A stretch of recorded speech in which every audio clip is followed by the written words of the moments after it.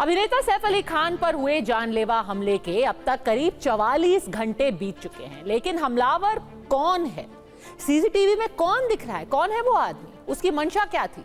हमले का सच क्या है? ऐसे तमाम सवालों की गुत्थी अब तक अनसुलझी है, जो 56 मिनट के फर्क वाले 2 सीसीटीवी कैमरे के फुटेज से ही सुलझ सकती है। ऐसे में क्या है उन 56 मिनट की हकीकत?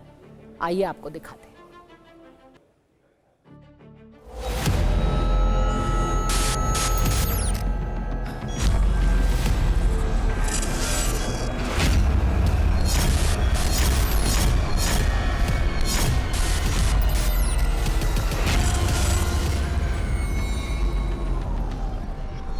घंटे से ज्यादा का वक्त गुजर गया, लेकिन मुंबई पुलिस की 1-2 नहीं बल्कि 35 टीम के हाथ अब तक खाली हैं। अभी ये भी नहीं पता कि सैफ अली खान पर हमला किसने और क्यों किया था। मुंबई पुलिस जो अंडरवर्ल्ड के पसीने छुड़ाने का दावा करती है, वही मशहूर फिल्म स्टार सैफ अली खान के घर में घुसकर उनको चाकू गोदने वाले अपराधी तक पहुंचने में पूरी तरह नाकाम है।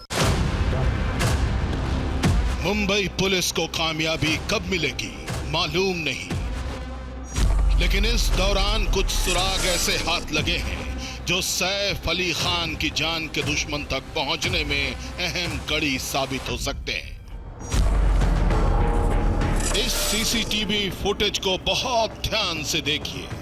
ये फुटेज मुंबई के मशहूर बांद्रा इलाके के उसी सतगुरु शरण अपार्टमेंट का है, जहां सैफ अली खान अपने परिवार के साथ रहते हैं।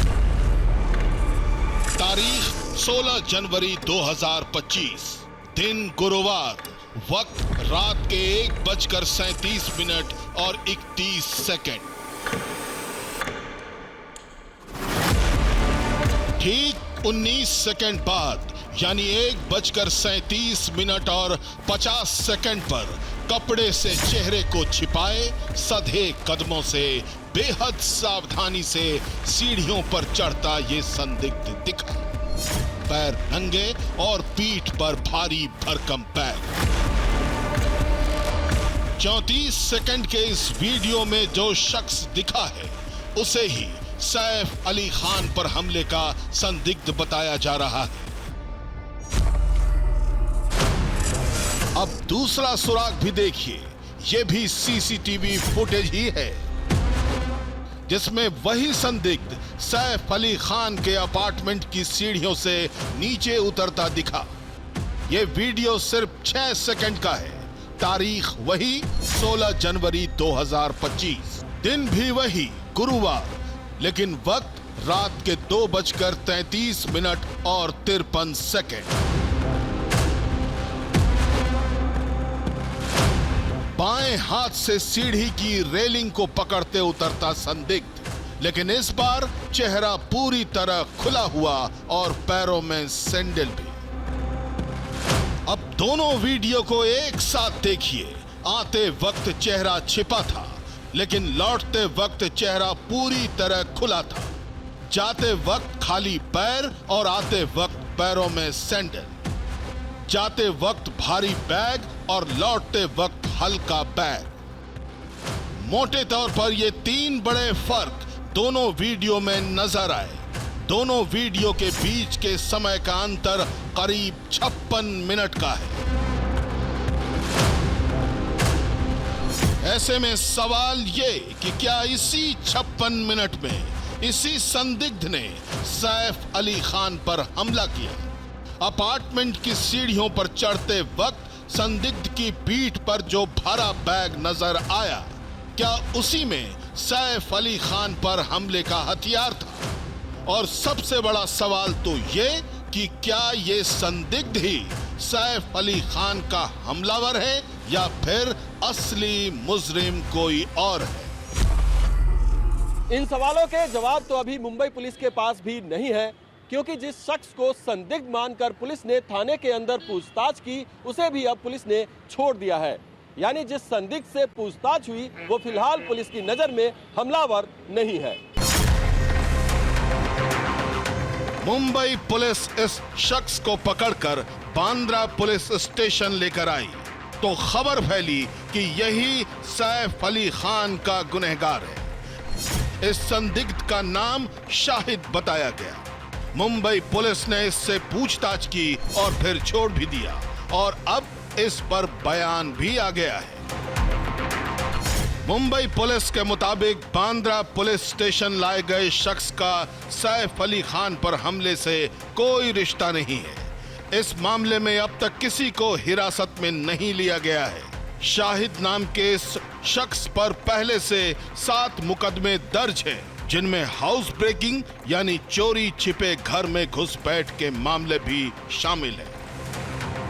मुंबई पुलिस का कहना है कि उसने इस केस में अब तक किसी को हिरासत में नहीं लिया है, लेकिन नसरीन नाम की इस महिला का दावा है कि पुलिस ने उसके पति वारिस अली सलमानी को हिरासत में लिया है। वारिस पेशे से कारपेंटर हैं और उनकी पत्नी के दावे के मुताबिक वो घटना वाले दिन ही सैफ अली खान के घर काम करने गए थे।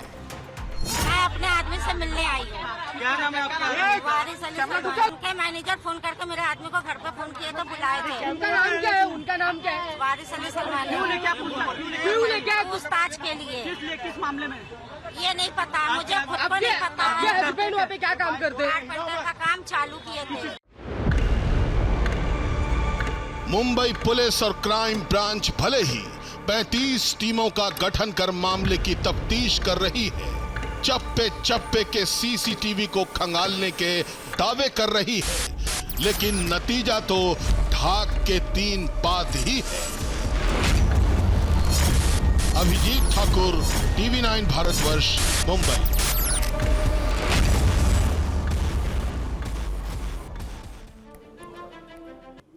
हर किसी के जहन में यही सवाल है कि हमलावर कैसे करीब 1 घंटे तक इस बिल्डिंग में रहा। हाई सिक्योरिटी को भेद कर सैफ अली खान के घर के अंदर ही नहीं, उनके बेटे के कमरे के अंदर गया और सैफ पर जानलेवा हमला करके फिर भागने में भी कामयाब हो गया। करीब करीब अब 45 घंटे बीत चुके हैं, लेकिन मुंबई पुलिस के हाथ अब तक खाली हैं। इस घटना को लेकर मुंबई पुलिस चोरी और 1 करोड़ रुपए वाली जो थ्योरी दे रही है, उसमें भी काफी झोल है। इसलिए अब इस रिपोर्ट में आप देखिए कि कैसे जो अनगिनत सवाल लोगों के दिमाग में हैं, उन पर पुलिस की क्या थ्योरी है और TV9 पर ही सुलझेगी सैफ कांड की मिस्ट्री।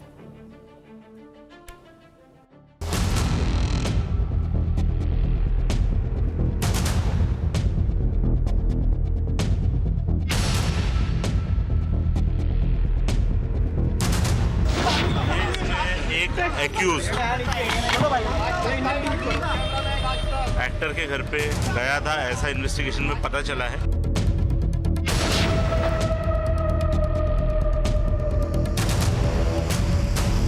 अभी तक के इन्वेस्टिगेशन में ये एक चोरी का अटेम्प्ट था, ऐसा हमारे इन्वेस्टिगेशन में निष्पन्न हुआ है। एक्यूज को जल्दी अरेस्ट करने की कोशिश हमारी चल रही है।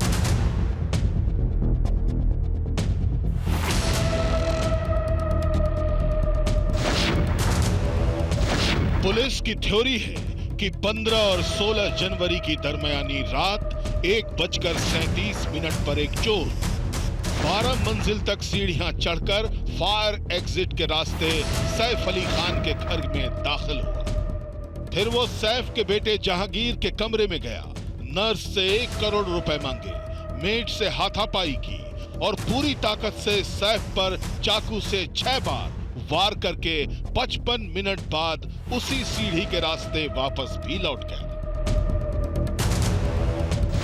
पुलिस की इस थ्योरी के मुताबिक इस दौरान मची चीख पुकार सैफ के घर और उस सोसाइटी की सुरक्षा में लगे गार्ड्स को सुनाई नहीं दी। किसी सुरक्षा गार्ड ने हमलावर को न तो आते हुए देखा और न ही बाहर जाते। वो 12 मंजिल तक पैदल सीढ़ियों के रास्ते नीचे तक गए। एक सीढ़ी आमतौर पर 7 इंच ऊंची होती है। 12 फीट ऊंची एक मंजिल चढ़ने या उतरने के लिए करीब 21 सीढ़ियां लगती हैं। यानी हमलावर कम से कम 252 सीढ़ियां चढ़कर ऊपर गया और इतनी ही सीढ़ियां पैदल चलकर नीचे उतरा। जाहिर सी बात है कि इतनी सीढ़ियां चढ़ने और उतरने में उसे काफी देर लगी होगी, लेकिन इतनी बड़ी घटना हो जाने के बाद भी उसे तुरंत सोसाइटी में कोई नहीं ढूंढ पाया। वो आसानी से चप्पे चप्पे पर सुरक्षा इंतजामों वाली गेटेड सोसाइटी के बाहर निकल गया और फिर कहीं गायब हो गया। मुंबई पुलिस की 35 टीमें सीसीटीवी में 2 बार रिकॉर्ड हुए इस शख्स को ढूंढ रही है। बांद्रा से लेकर प्रभावती तक जगह जगह दबिश दे रही है, लेकिन अभी तक मुंबई पुलिस की तेज तर्रार टीमों के हाथ खाली है। अभी तक के इन्वेस्टिगेशन में ये एक चोरी का अटेम्प्ट था, ऐसा हमारे इन्वेस्टिगेशन में निष्पन्न हुआ है। एक्यूज्ड को जल्दी अरेस्ट करने की कोशिश हमारी चल रही है। सवाल ये उठ रहा है कि सीढ़ियों से चढ़ता और उतरता यही शख्स सैफ अली खान पर जानलेवा हमला करने वाला अपराधी है, या फिर सैफ पर हमला करने वाली पुलिस या थ्योरी का बस एक मोहराबर है। सैफ अली खान के घर पर हाईटेक सिक्योरिटी सिस्टम लगा है। दरवाजों पर डिजिटल लॉक लगा है जिसे कोई अजनबी खोल नहीं सकता। पुलिस की थ्योरी के मुताबिक हमलावर ने इस डिजिटल लॉक और बायोमेट्रिक सिक्योरिटी को बाईपास कर दिया। सैफ के घर पर हर वक्त पर्सनल स्टाफ के साथ बॉडीगार्ड्स रहते हैं। हमलावर ने उनकी आंखों में भी धूल झोंक दी और चोरी करने के लिए सोसाइटी की सबसे ऊपर वाली यानी 12वीं मंजिल तक पहुंच गया।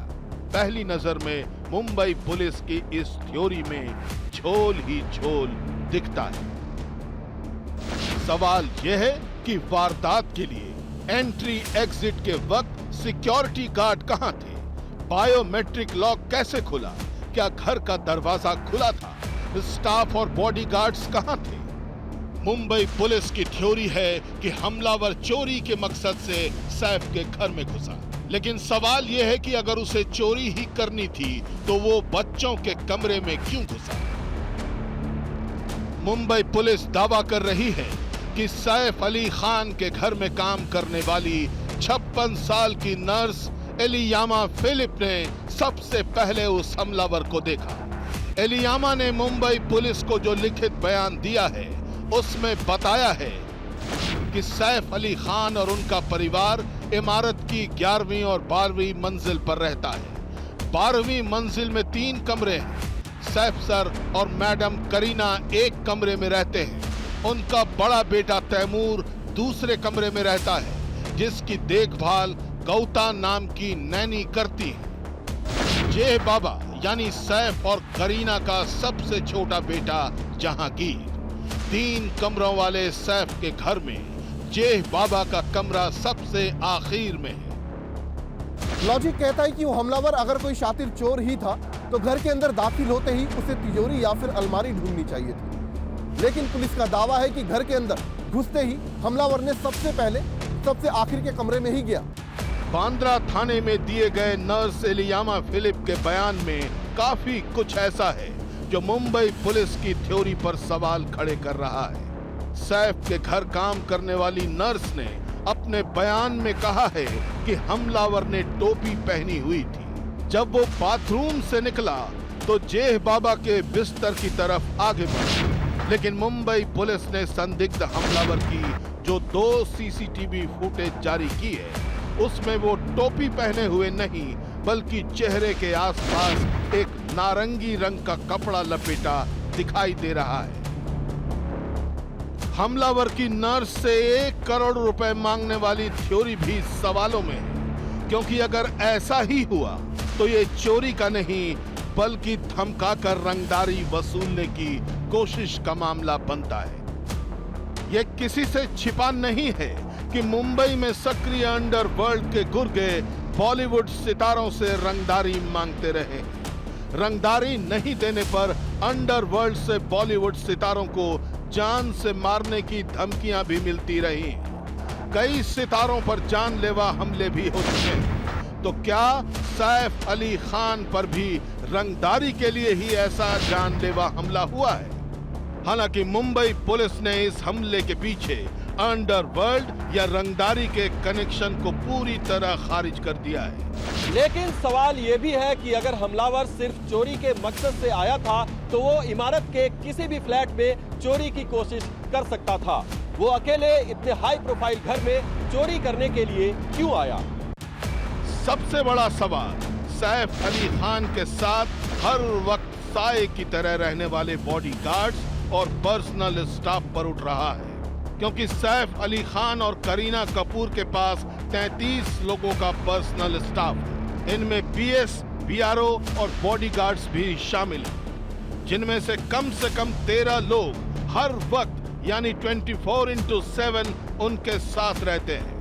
सैफ, करीना और उनके दोनों बेटों तैमूर और जहांगीर के अलावा घर के अंदर 4 लोगों का स्टाफ रहता है। दोनों के 6 ड्राइवर हैं और करीब 10 बॉडीगार्ड्स।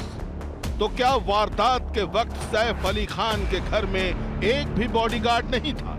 और अगर सभी की छुट्टी कर दी गई थी तो ऐसा करने की वजह क्या थी? क्या जिस घर में हर वक्त 13 लोग रहते हैं वहां हमले वाले दिन एक मेड और एक नर्स के अलावा कोई और क्यों नहीं था? सैफ और करीना के बाकी पर्सनल स्टाफ कहां थे? इतना ही नहीं, जिस तरह सैफ अली खान को अस्पताल ले जाया गया वो भी सवालों के घेरे में। इतनी बुरी तरह घायल होने के बाद भी इतने बड़े स्टार सैफ अली खान ऑटो से अस्पताल पहुंचे। आखिर ऐसा क्यों, जबकि उनके घर में तो 3 से ज्यादा लग्जरी गाड़ियां हर समय मौजूद रहती हैं। मुझे पता नहीं है, सैफ अली खान है। हाँ, तो वो बैठते आराम से रिक्शे में, खून से लथपथ है। कहाँ चोट लगी थी? चोट में ऐसा नहीं देखा मैं, यानी खून लगा, जैसे ब्लड लगा था ना। बड़ा सवाल है कि घर में कई लग्जरी गाड़ियां थीं, तो सैफ के बड़े बेटे इब्राहिम उन्हें ऑटो से ही क्यों ले गए? क्या इब्राहिम को कार चलाने नहीं आती? अभिजीत ठाकुर, TV9 भारतवर्ष, मुंबई।